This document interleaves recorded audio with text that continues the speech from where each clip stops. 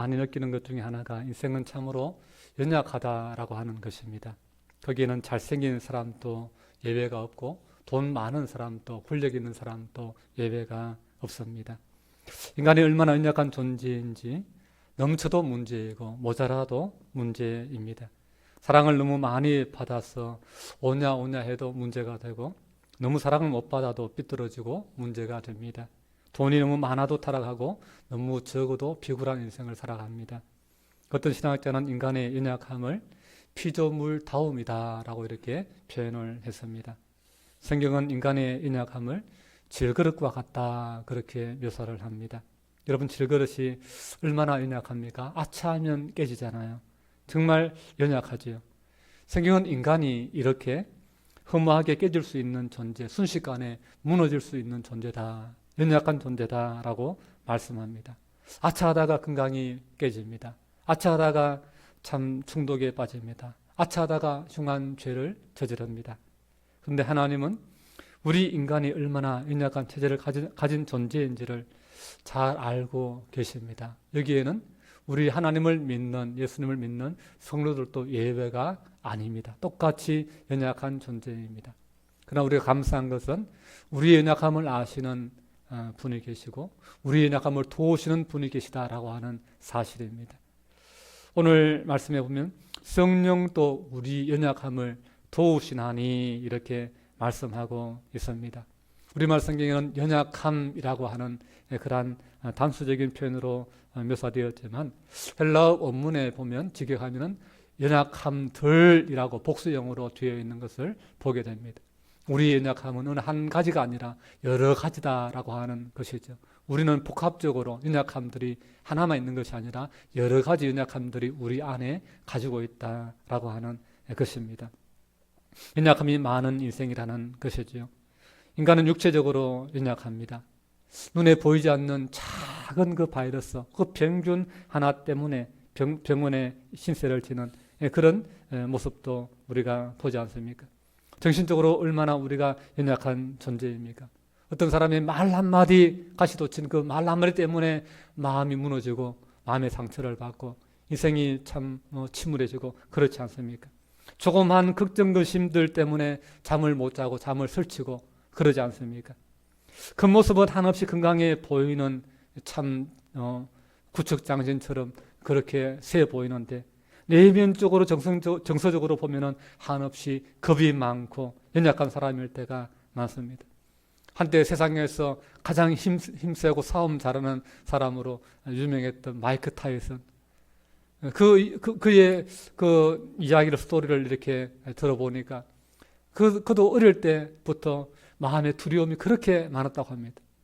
링에 올라가면 모든 사람을 다 KO시키는, 때려눕히는, 그를 대적할 자가 없는데도 불구하고 링에 올라가기 전까지는 그 마음의 두려움이 가득했다고 하는 그런 자기 고백을 들어본 적이 있습니다. 세계를 정복했던 나폴레옹이 집에 들어가면 그 고독을 견딜 수 없어서 그 외로움을 참지 못해서 그 부인의 무릎에 얼굴을 파묻고 엉엉 울었다고 하는 그런 이야기가 있습니다. 여러분, 인간은 이렇게 육적으로나 영적으로나 다 연약한 존재들입니다. 마귀의 시험과 도전을 받지 않는 사람이 도대체 누가 있겠습니까? 그러면 그만하면 반듯한데 돈 앞에 꼼짝달싹 못하는 시험드는 그런 사람도 있고, 돈에는 아주 의로운데 이성 앞에 가면 무너지는 그런 사람들도 있습니다. 이성 앞에서는 깨끗한데 명예와 권력 앞에서는 쩔쩔매는 그런 사람도 있습니다. 착하고 지혜로운 듯 보이는데 기도하지 않는 그런 미련한 신앙인들도 있습니다. 말이나 기도는 거창한데 삶이 따라주지 않는 그런 신앙인도 있지요. 물질적으로 하나님 앞에 헌신한다 싶은데 어느 생활에서 날마다 무너지는 것을 또 보게 됩니다. 이래서 우리 모두는 다 연약한 존재들입니다. 그런데 하나님은 우리의 연약성을 나무라하지 않으세요. 책망하지 않으세요. 니 왜 그렇게 못났냐? 니 왜 그렇게 연약하냐? 니 약점이 왜 그렇게 많아? 그러면서 하나하나 꼬치꼬치 하나님은 따지고 비난하시고 정죄하지 않으신다라고 하는 것입니다. 하나님은 우리의 연약함을 이해하신다라고 하는 것입니다. 우리의 부족함을 헤아리신다라고 하는 것입니다. 우리의 연약함과 우리의 죄성들을 불쌍히 여기신다라고 하는 것입니다. 이게 은혜입니다. 이게 은혜인 줄로 믿습니다. 그 은혜 때문에 하나님이 나를 정죄하지 않으시고 돌아온 탕자를 안아주듯이 나를 하나님께서 받아주시고 나를 그럼에도 불구하고 사랑해 주시고 그럼에도 불구하고 기다려 주시고 그럼에도 불구하고 함께 해주셨기 때문에 오늘 우리가 이 자리에 있는 줄로 믿습니다. 하나님의 긍휼과 그 자비가 오늘 우리의 삶 가운데 있는 것이죠. 무엇 때문에요? 예수님 때문에. 예수님 믿는 그 하나의 이유만으로 하나님은 우리를 사랑하시고 우리를 떠나지 않으시는 것입니다. 그래서 우리가 연약하다는 것 때문에 우리가 너무 우리 자신을 부정적으로 보지 않았으면 좋겠습니다. 오히려 그 연약하다는 사실 때문에 낙심하거나 실패자가 될 것이라고 그렇게 생각하지 말고 오히려 반대로 나의 이 연약하다는 사실 때문에 오히려 하나님의 은혜가 내 삶 가운데 들어왔다라고 하는 그러한 믿음의 생각들을 가질 수 있기를 바랍니다. 우리가 만약에 연약하지 않고 강했다고 생각해 보세요. 내가 제일 똑똑하고 내가 제일 힘있고 내가 제일 부자고 그래 보십시오. 교만이 아마 하늘을 찌를 거예요. 아무도 하나님 그런 사람 하나님 믿지 않으려고 할 거예요. 그러나 우리가 이런 모양으로 연약함이 있고 부족함이 있고 나의 한계를 절감하고 그 가운데에 참 하나님 앞에 결코 교만할 수 없고 하나님을 인정할 수밖에 없는 그러한 삶으로 우리를 이끌어 주셨기 때문에 우리가 하나님을 예배하는 자, 우리가 천국이 있고 나를 사랑하시는 하나님이 얼마나 좋으신 분인가를 알 수 있는 그 은혜 속에 우리가 머물게 된 것이지요. 그래서 우리 연약함 때문에 우리 하나님을 인정하고 우리 연약함 때문에 하나님 앞에 감사할 수 있는 것이고 연약하기 때문에 하나님을 의지하는 기도의 사람이 될 수 있는 것입니다. 이와 같이 연약한 우리를 하나님이 다루시는 것이죠. 연약한 사람을 전부 다 영웅으로 만들어 주어서 하나님께서 그렇게 쓰시는 것은 아니에요. 연약한 사람을 천사로 만들어서 하나님이 쓰시는 것도 아니에요. 도우시는 성령님, 보혜사 성령님을 우리 가운데 보내주셔서 우리를 도우심으로 주님이 우리를 쓰시고 우리를 통해서 주님의 뜻을 이루어 가시고 주님의 영광이 드러나게 하시는 줄로 믿습니다. 그래서 오늘 26절 말씀에도 보면 성령도 우리의 연약함을 도우시나니라고 말씀합니다. 근데 이 도운다라고 하는 이 단어를 보면 원문적으로 이렇게 찾아보면 참 재미있는 단어를 쓰고 있습니다. 우리 번역으로는 그냥 도우심 이 간단한 표현으로 되지만 그러나 성령이 우리를 도우시는 성령이 하나님의 백성들을 예수 그리스도를 믿는 그 구원받은 백성을 도우시는 것이 너무나 신비하고 너무나 오묘해서 한 단어로 표현하기가 좀 어려웠던 것 같습니다. 그래서 헬라어 원문을 보면 세 단어를 묶어가지고 한 단어로 이렇게 만들어서 성령의 도우심을 표현을 했어요. 그래서 순, 안티, 람바노마이라는 단어로 사용했습니다. 순이다라고 하는 이 단어는 함께라는 뜻입니다. 내 곁에서라는 그런 뜻이 있습니다. 나와 함께 또 내 곁에서 순 이런 단어. 그 다음에 안티라고 하는 것은 반대편. 우리가 안티짓 한다 그렇게 반대편에 서서 막 공격한다 안티라고 하잖아요. 반대편 혹은 건너편 이런 뜻이 있습니다. 내 손이 미치지 못하는 곳 반대편 건너편 이런 것이 안티입니다. 그 다음에 람바노마이는 번쩍 들어서 옮겨준다라고 하는 그런 뜻이 있습니다. 그래서 순 안티 람바노마이 이렇게 해서 한 단어 도우신다라고 이렇게 표현을 하는 것이죠.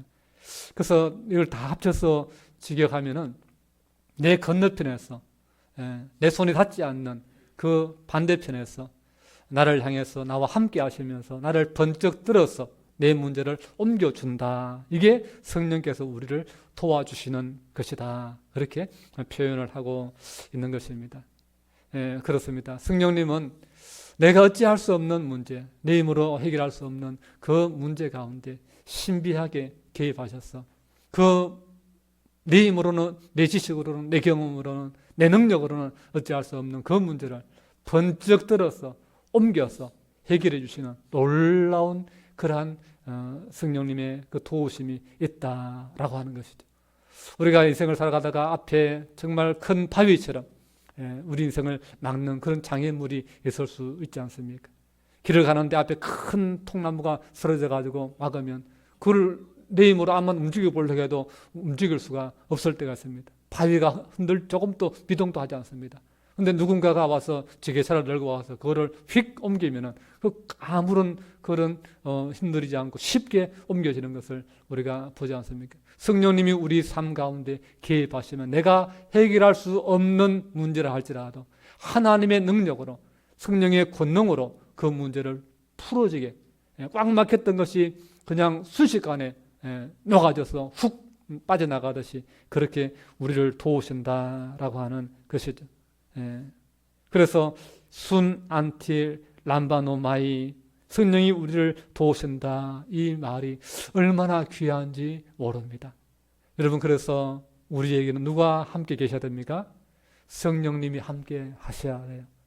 그래서 우리가 성령님의 은혜를 구해야 되는 줄로 믿습니다. 성령의 충만을 사모해야 되는 줄 믿습니다. 성령을 늘 내 삶 가운데 환영해야 되는 줄 믿습니다. 내 힘으로만 살려고 하면 안 되는 거예요. 내 지혜로만 해결하려고 하면 안 되는 거예요. 성령의 도우심을 구해야 되는 거예요. 성령의 임재를 구해야 되는 거예요. 성령의 충만을 사모해야 되는 거예요. 성령께서 나와 함께 하실 때에, 성령님이 나를 도와주실 때에 내 인생의 문제는 쉬운 거예요. 그렇게 안 풀리던 문제가 쉽게 풀리는 은혜가 있는 것입니다. 성령님께서 우리를 도와주시는데 뒤에 이어서 나오는 말씀을 보면 어떻게 도와주셨느냐? 우리가 마땅히 빌 바를 알지 못하나 오직 성령이 말할 수 없는 탄식으로 우리를 위하여 친히 간구하신다, 그렇게 말씀하고 있습니다. 성령이 말할 수 없는 탄식으로 우리를 위해 간구하신다. 다시 말하면 기도해 주신다라고 하는 것이죠. 여러분, 탄식이라고 하는 이 표현은 우리가 일이 뭔가 크게 잘못되었을 때에 참 당황하고 힘들고 어려울 때에, 내 힘으로 어쩔 수 없는 상황에 처했을 때에 낙심되고 또 그 마음에 부정적인 생각과 어두움이 가득할 때 나도 모르게 내뱉는 것이 탄식이죠. 아이고 어떡하나, 아이고 큰일 났다, 그렇게 탄식하지 않습니까? 그런데 오늘 이 성경의 탄식의 주체가 우리가 아니고, 내가 탄식하는 것이 아니고 누가 탄식한다고요? 내 안에 계신 성령님께서 탄식하신다라고 하는 것입니다. 그 성령님이 무엇 때문에 탄식하겠어요? 성령님이 무슨 근심이 많아서, 성령님이 뭐가 문제가 많아서 탄식하겠어요? 성령님이 우리를 위해서 탄식한다라고 하는 거예요. 우리는 나의 문제 때문에 탄식하지만 성령님의 문제가 아니라 교회를 위해서 탄식하시고 하나님의 백성들을 위해서 탄식하시고 예수 믿는 오늘 나를 위해서 내 안에서 하나님을 향해서 탄식하심으로 기도하신다라고 하는 것입니다. 그래서 하나님을 향한 성령님의 탄식하는 그 기도가 간구하심이 있다라고 하는 것을 우리가 기억해야 합니다. 그래서 우리가 성령님을 의지하고 성령님의 그 임재를 구하고 성령님의 인도를 구하고 성령님의 도우심과 능력을 구할 때 성령님은 내 안에서 하나님을 향해서 탄식하는 기도로 우리를 중보하심으로 우리를 도우신다라고 하는 것이죠.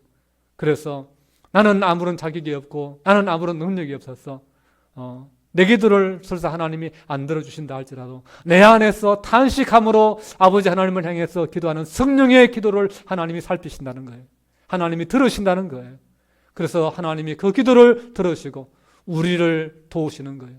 우리에게 도움을 베풀어 주시는 그 은혜를 베풀어 주신다라고 하는 거예요. 27절 말씀에 우리 27절 말씀 같이 읽습니다. 시작. 마음을 감찰하시는 이가 성령의 생각을 아시나니 이는 성령이 하나님의 뜻대로 성도를 위하여 간구하심이니라 그랬습니다. 아멘. 우리는 하나님의 뜻을 잘 따르지 않을 때가 많아요.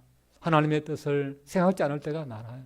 그냥 어린아이처럼 그냥 내 고집대로, 내 하고 싶은 대로, 내 욕망대로 그렇게 할 때가 많습니다. 그러나 성령님은 나를 향하신 하나님의 뜻을 알아요.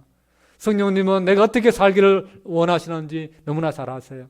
그래서 내가 바른 길을 가도록, 내가 올바른 선택을 하도록, 내가 믿음으로 분별 있게 살아가도록, 내가 하나님 앞에 올바르게 믿는 자답게 그렇게 살아가도록, 성령님은 나를 위해서 내가 넘어지지 않도록, 내가 흔들리지 않도록, 내가 다른 길로 가지 않도록 나를 위해서 기도해 주신다라고 하는 것입니다. 그 성령의 기도가 있기 때문에 우리의 믿음이 때로는 갈짓자 행보를 하다가도 그럼에도 불구하고 그 믿음에서 떨어져 나가지 않고, 그럼에도 불구하고 흔들리면서도 우리가 가야 될 그 길을, 믿음의 길을 걸어가게 되는 줄로 믿습니다. 성령님이 나를 위해서 탄식함으로 기도해 주시는 이 은혜가 참으로 귀한 것입니다. 아브라함이 완벽해서 믿음의 조상이 된 게 아니에요. 아브라함의 이야기를 읽어보면 아브라함도 흔들릴 때가 있었고 비틀거릴 때가 있었다라는 사실을 우리가 보게 됩니다. 아내를 무서워서 누이라고 거짓말하고 속이기도 하고, 하나님의 약속을 믿지 못하고 기다리지 못해서 그 여종 하갈을 통해서 엉뚱한 자식을 낳기도 하고, 그 인생도 흔들렸고 그 인생도 비틀거릴 때가 있었다라고 하는 것이죠. 그러나 하나님께서 하나님의 영으로 그 가운데 도우시고 인도하시고 붙잡아 주시기 때문에 그 흔들리는 중에도 비틀리는 중에도 넘어지지 않고 믿음의 길을 걸어갈 수 있었다라고 하는 것입니다. 성령님이 지금 또 저와 여러분 가운데 예수님을 나의 구주로, 나의 왕으로 고백하는 그 사람 가운데 성령님이 함께 하셔서 나를 위해서 기도해 주신다라는 사실을 여러분 기억할 수 있기를 바랍니다. 그래서 성령님이 나를 도와주시는구나, 성령님이 나를 위해서 중보하시는구나, 그 사실을 여러분 기억하시고 더욱더 성령님의 그 은혜를 여러분 사모하셔야 되는 것입니다. 28절 말씀 우리 함께 같이 읽습니다. 28절 시작. 우리가 알거니와 하나님을 사랑하는 자 곧 그의 뜻대로 부르심을 입은 자들에게는 모든 것이 합력하여 선을 이루느니라. 아멘. 성령님의 그 우리를 향한 중보의 기도, 말할 수 없는 탄식으로 하시는 그 기도로 인하여서 또 우리의 삶에는 모든 것이 합력하여 선을 이루는 그 하나님의 은혜가 있다라고 말씀합니다. 특별히 28절을 시작하면서 우리가 알거니와 그러면서 뭘 안다는 거예요? 하나님을 사랑하는 자, 하나님을 사랑하는 자, 곧 그 뜻대로 부르심을 입은 자들에게는 모든 것이 협력하여 선을 이루는 것을 안다라고 고백합니다. 여러분, 하나님을 사랑하십니까? 하나님 가까이에 머물고 계십니까? 여러분, 그렇게 하셔야 됩니다. 하나님을 사랑한다면, 여러분의 삶이 하나님 떠나지 않고 하나님 가까이에 머무르신다면 아무 염려할 것이 없습니다. 아무 걱정할 것이 없습니다. 왜냐하면 하나님께서는 마침내 모든 것을 합력하여서 선으로 이루어 주시기 때문에 그렇습니다. 하나님을 사랑하면 하나님께서 많은 복을 주세요. 야고보서 2장 5절 말씀에 보면 자기를 사랑하는 자들에게 약속하신 나라를 상속으로 받게 하지 아니하셨느냐라고 말씀하세요. 하나님의 나라를 상속으로 우리에게 주신다. 사랑하는 자가 그 복을 받는다는 것이죠. 시편 145편 20절에 여호와께서 자기를 사랑하는 자들은 다 보호하시고 그랬습니다. 하나님을 사랑하는 자를 하나님은 기억하시고 하나님은 보호해 주시는 것입니다. 이사야 43장 2절의 말씀에 내가 물 가운데로 지날 때에 내가 너와 함께 할 것이라. 강을 건널 때에 물이 너를 침몰하지 못할 것이며 내가 불 가운데 지날 때도 타지도 아니할 것이요 불꽃이 너를 사르지도 못하리라 그랬습니다. 여러분, 사자굴에서도 하나님은 보호해 주시고 원수에게서도 하나님은 보호해 주시는 하나님을 사랑하는 자에게 하나님의 보호가 있는 줄로 믿으시기 바랍니다. 하나님을 사랑하는 자는 하나님이 보호하십니다. 하나님의 사랑에서 떠나지 마십시오. 하나님을 경외하십시오. 하나님을 인정하십시오. 세상보다 하나님을 더 의지하십시오. 신뢰하십시오. 또 하나님을 사랑하면 잠언서 8장 17절에 이렇게 말씀합니다. 나를 사랑하는 자들이 나의 사랑을 입으며 그랬습니다. 하나님의 사랑을 받고 싶습니까? 하나님을 사랑하십시오. 나를 사랑하는 자가 나의 사랑을 입는다 그랬습니다. 여러분, 하나님을 사랑하고 의지했던 그 요셉의 삶을 한번 생각해 보십시오. 요셉은 잘생겼어요. 애가 준수하게 생겼다. 용모가 준수했다. 그렇게 말씀합니다. 그리고 똑똑했어요. 그리고 꿈 해몽을 잘했습니다. 그런 것이 요셉의 장점이고 요셉의 매력이었습니다. 늘 색동옷을 입고 다녀서 귀공자 타입이었습니다. 그러나 그에게 장점만 있는 것은 아니었지요. 단점도 있었습니다. 그래서 좀 철이 없었어요. 좀 이렇게 눈치가 없었어요. 그래서 참 형들에게 좀 이렇게 겸손해야 되는데 눈치가 없어가지고 잘난 척하고 막 꾸면은 적당하게 말해야 되는데 막 대놓고 막 당신들이 나한테 절하더라 하면서 그렇게 자랑하고 좀 교만하고 그런 눈치가 없는 그런 단점들이 있었습니다. 그러나 그의 인생 가운데에 그런 단점으로 인해서 얼마나 많은 시련이 있습니까? 미움을 받고 왕따를 당하고 나중에 부모님 보지 않는 외딴 곳에서 구덩이에 집어 던지지 않습니까? 죽이겠다고. 그러다가 죽이기보다는 아이고 그냥 그래도 힐족인데 배다른 형제이긴 하지만 그래도 한 핏줄인데 아버지 한 핏줄인데 그냥 돈 받고 팔자. 그러면서 이스마엘 후손들에게 상인들에게 팔아버리지 않습니까? 애굽의 노예로 종살이 하면서 참 고생하지 않습니까? 어린 나이에 참 타국에 팔려가서 그게 무슨 참 비극입니까?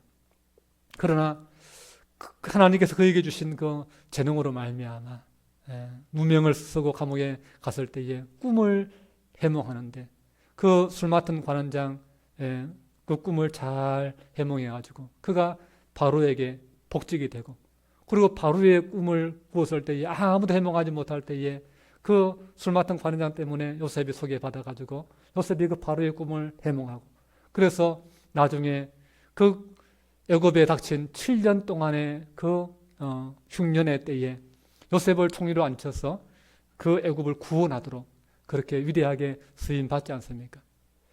하나님이 그의 인생을 어떻게 사용하시는가 가만히 보면 그의 장점만 있었다고 한다면 아마 그는 애굽으로 가지 않았을 거예요. 자기 굶주리는 자기 가족을 구원할 수 있는 방법도 능력도 없었을 것입니다.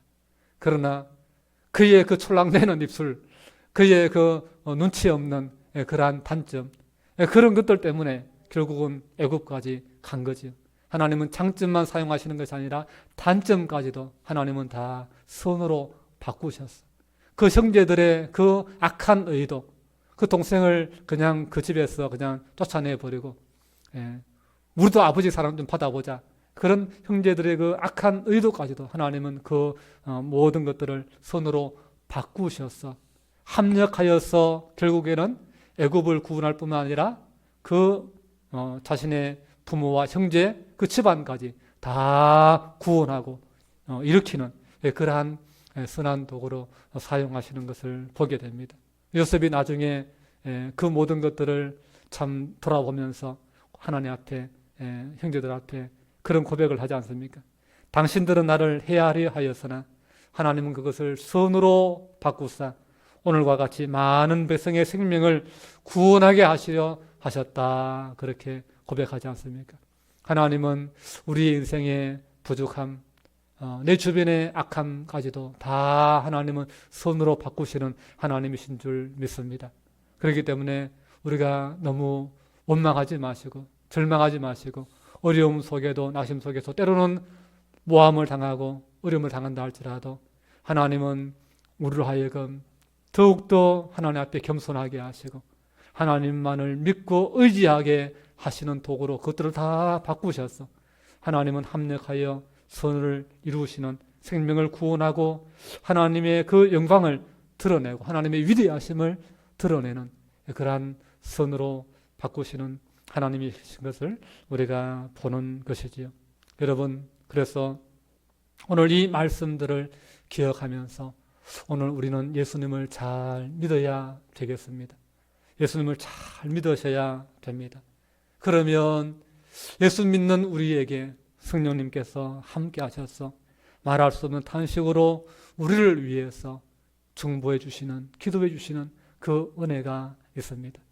염려하지 않아도 우리의 모든 약함까지도, 우리를 괴롭히는 그런 원수까지도, 우리를 넘어뜨리려고 달려드는 그 원수, 마귀, 악한 영들까지도 하나님은 다 모든 것들을 다 선으로 바꾸어 내시는 그러한 은혜와 그 능력을 우리 삶 가운데 베풀어 주시는 것입니다.